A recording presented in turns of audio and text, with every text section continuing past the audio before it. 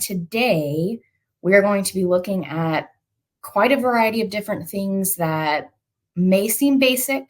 Some are more robust, but I always like to bring people back to the basics because you may have implemented Acumatica a couple years ago. Maybe it was mentioned back then, but you definitely forgot it by now. Just trying to bring those back to the forefront so that way you can move more quickly in the system. And also, I love automations, as you'll see. So any of that we're going to cover today. So real quick, just wanted to kind of intro me, who's going to be going over this. So I've been using Acumatica since 2017. I was previously an Acumatica customer. Similar to many of you, I loved Acumatica so much that I wanted to help customers. So I moved into the VAR world, and now I am primarily post-implementation, helping people with whatever needs come up. So that is the end of my slides. I do have a full slide deck with all of these tips and tricks in it. So if you're interested in me sending the slide with all of this consolidated, definitely drop your email address and I can send my slides out to you guys. So with that, we are going to go into the demo. And like I said, it's going to be probably a little fast-paced. So hold questions until the end and we'll get through as much tips and tricks as we possibly can. All right, so first up on the ways to move more efficiently is going to be keyboard shortcuts, which again seems very basic, but they are pretty powerful. So some people probably are big keyboard shortcut people. Other people probably are not as much. You may have heard of Control S. That's going to be save. That actually works in Acumatica. So anytime you are putting, sales orders in, a Control S will save it. You don't have to click the button. Some other really cool shortcuts, though, that exist that you may not know about are, I'm going to show you. So the first one is going to be one of my favorites. That is Shift F. So what that means is basically filter.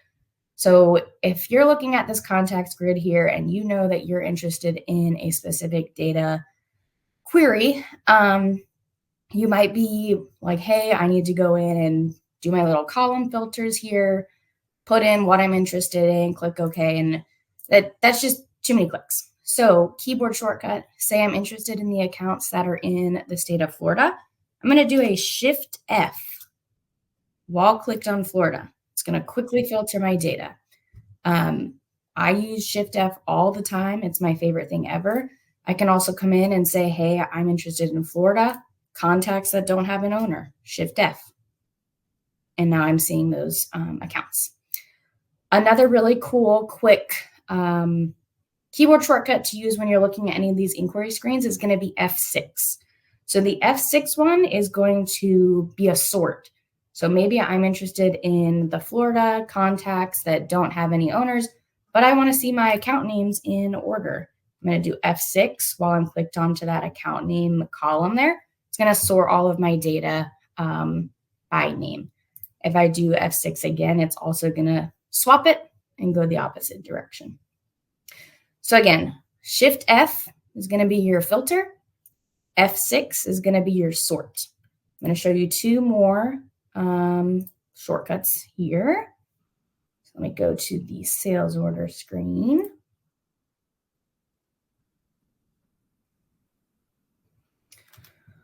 All right, so on the sales order screen, you might come into this screen and you're overwhelmed by the columns. I know I am. There's like a billion columns here. That's way too many things to tab over. A lot of times you're like, hey, I don't even really care about that.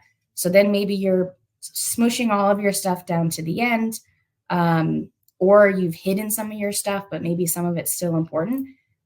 One of the cool keyboard shortcuts here is going to be F4. This is going to change it from grid to entry. It's going to show you all of those fields, but not in column format.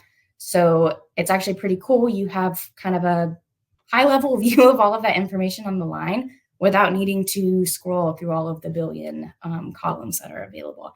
So that's F4. Again, I'm just going to click the line F4. One more keyboard shortcut here. This one's more for people who are developing inquiries, reports, interested in the data tables. This one's actually kind of nifty because if you forget what I'm going over here, it is right here. If you have the customizer role, inspect element, Control-Alt-Click. If I wanted to add, say, this external reference field here to an inquiry, I'm going to Control-Alt, I'm holding it, I'm going to click it. It's going to pop open the little inspect element box here, and I can see that this field lives in the SO order data table and is customer ref number as the field. So those are a couple shortcuts. Hopefully you liked those. I know I love shortcuts and they're very underutilized, so definitely check those out. Next up is global search. This one also very underutilized. People forget about it. This little clock up here, really nifty, because if you're going in and out of sales orders, purchase orders all day, maybe you accidentally closed out of your window and you're like, ah, darn it, I was just looking at that sales order and now I don't remember which one it is. You can click this little clock button. It's going to actually show you your history of things that you clicked around in the system. So I was on the sales order screen earlier. I was kind of prepping for this, looking at other screens here. And another really cool feature about this global search little clock is you can favorite records. So if you know that you don't want to forget about this sales order or this particular case, you can actually favorite it and it'll put it over in this little thing. I might have to click the little clock again to show it, but it's going to show my favorite records. So you know you can favorite screens. We can also favorite records. So really nifty. Quick menu, won't go into too much detail because I think this was covered in one of the presentations earlier, but if you have a ton of stuff here that maybe you don't necessarily care about or want to see, you can click this little gear icon and uncheck things that you don't want to see. Just makes it a little bit cleaner view for you personally. Now, as an organization, if you want to modify the menu structure as well, you just have to have an admin role. Why is this moving slowly? Hold on a second. I did lose internet earlier, so hopefully I won't drop. If you have the admin role, you can edit the menu structure here. But keep in mind that this edit menu button affects everyone. So just keep that in mind. All right, next we're going to go into saved filters. Come on. Come on, internet. If it doesn't load, I'll talk through it. So saved filters are really handy if you are querying data frequently and you just want to add where that filter is already applied. So on the sales profitability analysis, for example, I have already a shared filter that is less than 30% margin where it's filtering this, but maybe I am frequently coming in here and saying, hey, I also want to see my lines that are always 80% margin or higher. So I can create a shared filter here by clicking this little filter icon. I'm going to do margin percent is greater than or equal to 80. Oops.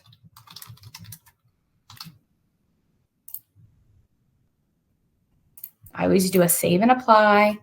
And then this shared filter tab is going to always be here. So I don't have to go into the actual columns or do any of the filtering there. It's just always available.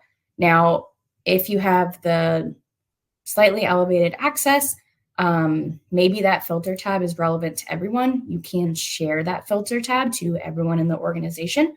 You can also mark it default.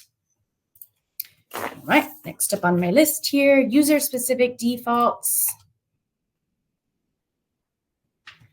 So over in the top right, my profile, these are your user-specific settings. One of the things that some people forget about is you can set your own homepage, which is really nice because then you don't have to go click around for something that you care about. So maybe you enter a lot of sales orders. I can change my homepage to be the sales order screen. Not printed forms. Where are you? No, not that one. There. So I'm going to set my homepage to just the sales order entry screen. So now whenever I log in, My homepage is going to be the sales order screen, but also, you may not know this, anytime you click the top left button here, it's going to bring you to whatever your homepage is set to. So you can always get back home by clicking either the Acumatica logo or your own logo, if it loads.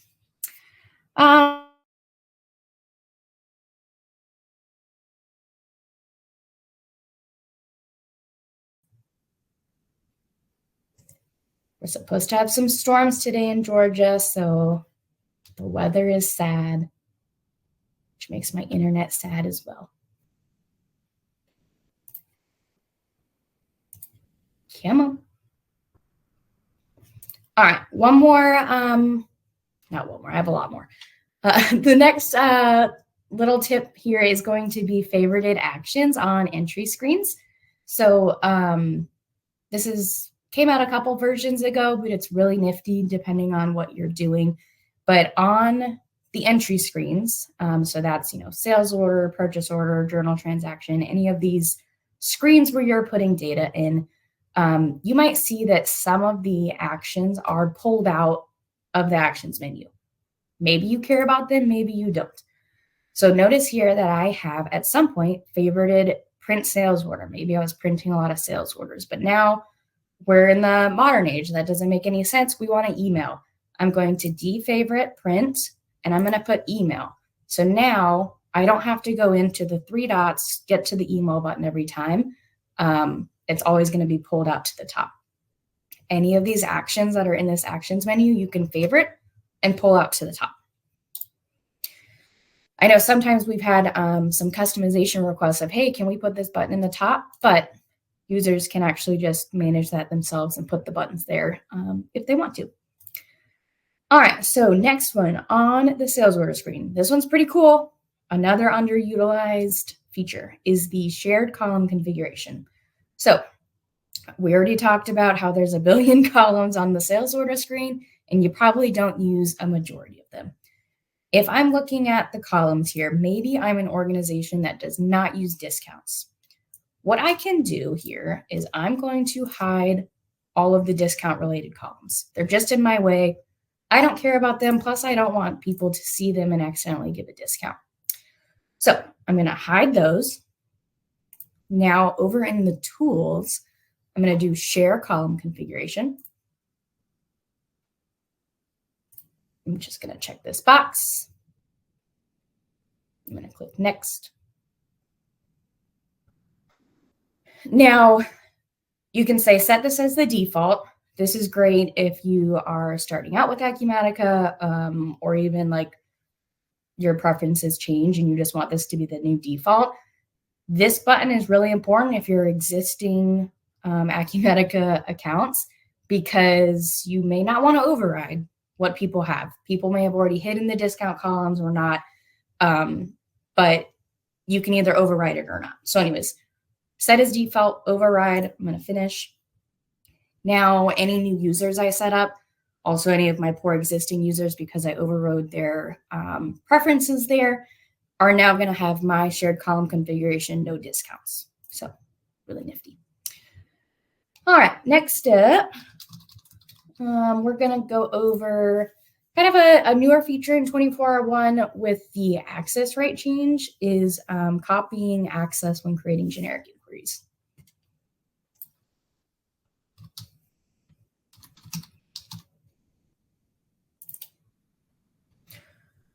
All right, so say I have this inquiry here and I want to publish it to the UI, maybe put it in a workspace or something.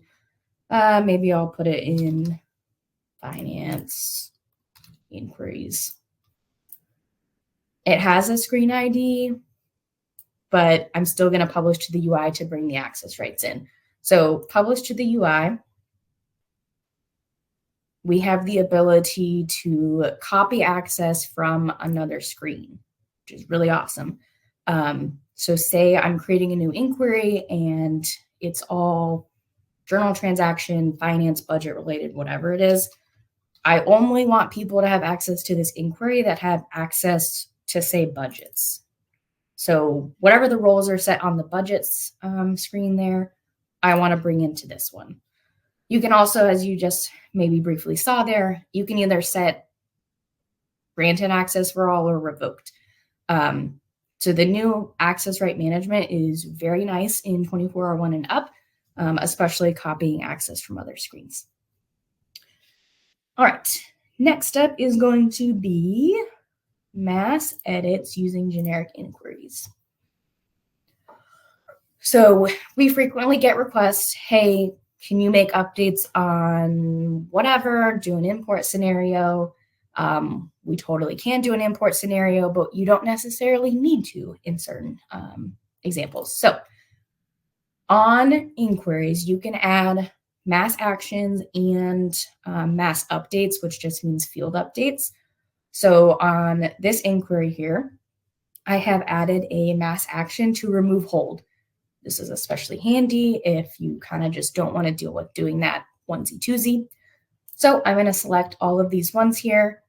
I've already added my mass action. I'm going to show in 2 more steps how we put this here, but I'm going to remove hold. It's going to go through all of those 3 that I selected and do that for me. Looking at time.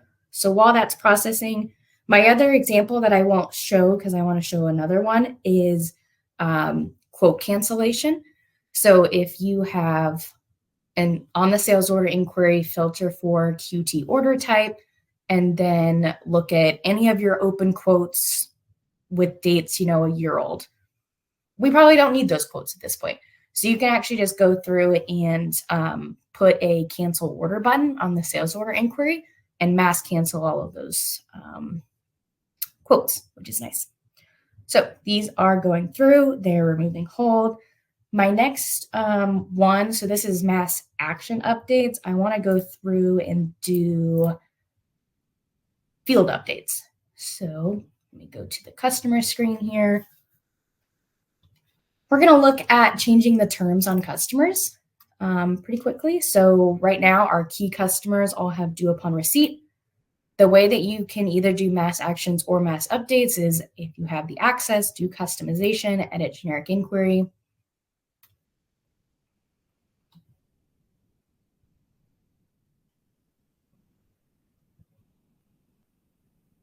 Once it loads.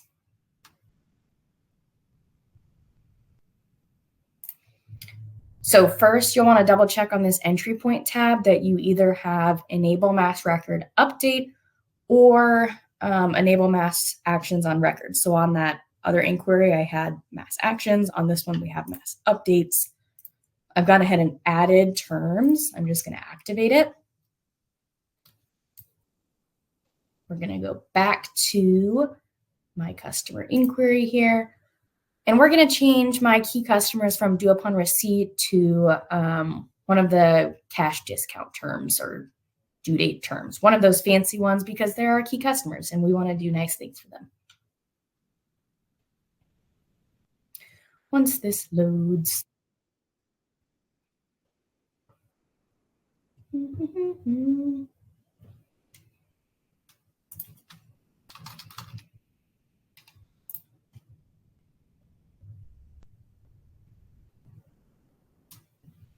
If my husband is downstairs watching TV, taking internet from me, I'm going to be mad. But it's a possibility. So this may or may not load, but we have our up in the 3 dots on the customer's inquiry. It's going to say instead of the actual action of like remove hold or cancel order, it's just going to say update or update all. And on that, we can select our customers that we want to process the updates on. And then click update. It's going to give a box of what potential mass update options you have. Right now, I only have terms, so that would be my only option. There may be other ones on there. So then you would select the terms and process. One of the things that I highly recommend is when you are not needing to mass update other fields, there might be other ones here, you could potentially inadvertently blank things out. So if I had, say, customer class or status or something, if I went ahead and just filled out terms, I want to make sure that I only check the box on the terms one. because if I only fill out terms and leave the other ones blank, it might blank out the other fields. I normally just make the update to terms and then deactivate it so it doesn't show here in the mass update option. So that's just kind of a security thing to make sure people aren't messing with your data too much. Okay. Side panels. Briefly wanted to talk about side panels. I know people are pretty familiar with them. One thing that I do from an efficiency standpoint is pretty much every screen that is like a primary list, customer sales orders, shipments, I add the entry screen as a side panel. So I really hate clicking in and out of records. So I pretty much just live only in the entry screen. I can make this big, small, whatever I want it to be. And I just look at the data here. I live in cases a lot, so I added cases as an entry screen on my case inquiry. If I don't ever see an entry screen on a primary list, I add it because I just hate clicking into records. So highly recommend putting something in as an entry screen as a side panel. And again, briefly with side panels, they're just awesome in general because you can put dashboards, inquiries, entry screens like we saw, and it's going to filter the data depending on which line I'm clicked on. So right now I'm looking at the customer view dashboard for this particular account, but I can click down here and it's then going to refilter all of those widgets for that account. So those are side panels. I have a couple minutes left. Okay, so next up is report templates. Kind of underutilized, but in them, if you are doing frequent queries on reports, say, here's my same customer class or things with the due dates, then you can actually set up templates to pre-filter all of these things. So local customers, that's putting customer class in. Due date older than 2023. Notice no change here, but you can do some other fancy little filters over in this side, and then it's going to filter all of that data for you. So these are really nice. If you're doing frequent queries, highly recommend setting them up as templates. Also, you can share those templates so everyone can use those. One thing to keep in mind, though, I think it's still an issue, is if someone in your organization creates and shares templates and they leave and that user account is deactivated, then the template does not work. So that's kind of a weird thing, but just keep that in mind. Email templates. This one also, I personally use this in our organization. There's a lot of built-in templates, which is great, but you can make your own templates. So my example here is an onboarding email template. So, hey, welcome to the organization. Here's next steps, blah, blah, blah, whatever it is. I created this email template, linked it to the customer record, and then anytime a new customer comes on, I can go into, say, the customer record, go to send an email, pull in my email template, and then all of that data is there. So I know some organizations use email templates outside of Acumatica things, but all of it can live in Acumatica. So I can just do create email here. I'm going to select my onboarding template, and it's just going to pre-populate all of my stuff. Boom, send it off. Welcome to the team. Okay, let's see. We're so close. Sales orders. So the next one is entry screen templates. If you're doing frequent stuff on entry screens, constant, like same type of stuff, instead of copying those, you can actually set up templates. So all of the data would pull in. You can also exclude certain data. So that way it's just populating what you want it to populate versus a copy would bring over all of that same data. So you can do this on pretty much, I think, all of the entry screens. You can create what you want and then save it as a template. Process, invoices, and memos. Next up, we're going to talk about automation schedules. One of my favorite things, because I love automations, is setting up automation schedules. So on any of these, what I would call processing screens here, you may see this little clock. That means that you can automate it. So the way that you would do that is whatever you're wanting to automate. Probably with this one, we want to automate the release. I'm just going to select my action as release. I'm going to click add. It's going to open up my automation schedule creator. So release invoices at 10 p.m. nightly, because I don't want my people clicking buttons all day. I'm going to do no execution limit because I want this to run all of the time. My schedule, I'm going to say daily. I want it to do it at 10 p.m. after everyone is asleep.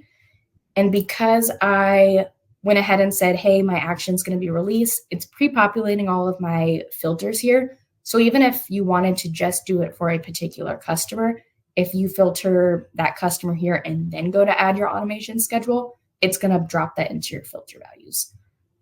So automation schedules are awesome. You can do lots with it, but with automation comes great responsibility, or something, that's the phrase. Highly recommend checking out the automation schedule status screen, because this one is going to show, are things working as I would expect? Ideally, you come in here, everything's green. If there's red, it's going to show you why there may or may not be errors on those, and then you can go investigate. But it's better to look into exceptions than deal with everything all the time. That's just too much. And then lastly, just because it's been kind of talked about, is business events. So there may actually be some built-in business events that are in your system that you just need to enable. So highly recommend coming to the business event screen and just looking at what's out there, because something that you may want to create may already be there. So for example, this one, case owner changed, already in the system. All I have to do is activate it. And now if I go to a case, I can, if the owner changes, it's going to then send an email notification to that owner that they were put on the case. So from an efficiency standpoint, business events have already been talked about a little bit at acuCONNECT, but there's a lot you can do with it. There's also a lot that's already there. So look at business events, see if anything makes sense to turn on. And of course, you can tweak and make your own. So very powerful tool. Yay, I got through all my slides. 3 minutes to spare. Okay, let me see questions-wise. Hold on, let's quickly go through here. Lots of emails. I will send everyone. I have all of these tips in slides, so I can send everyone my slides. Let's see. Go.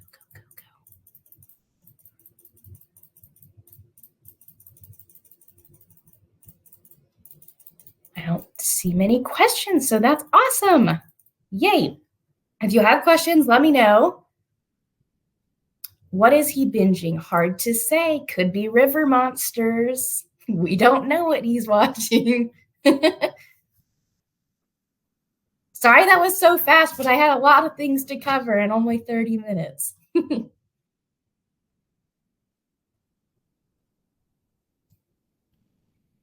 Let's see, anything else from anyone? Hopefully everyone learned something new. It looks like a lot of people did, so that's awesome. What determines which fields are available for mass update? Good question. I do not know the answer to that, because it's not all fields and it's also not attributes. I don't think you can do custom fields. So it's like fairly basic. You're also not really going to be able to do mass actions or updates that require like a pop-up of sort where it says, hey, do you want to do this or that? You're not going to be able to do that through the mass action or updates, and you'll have to do an import scenario for that. Is there a way to do mass deletions? Yes. I believe that is also one of the checkbox options on the entry tab on the generic inquiry screen. So you can take a look at that. Let's see. Any other questions? Lots of emails. I'm going to have to send a big old email out to everyone. Can you mass update user roles? I don't believe so. Maybe through an import scenario of some sort. User roles are dicey. Is there a way to mass update record data in an Excel-like form? That would that would require more of an import scenario update, I believe.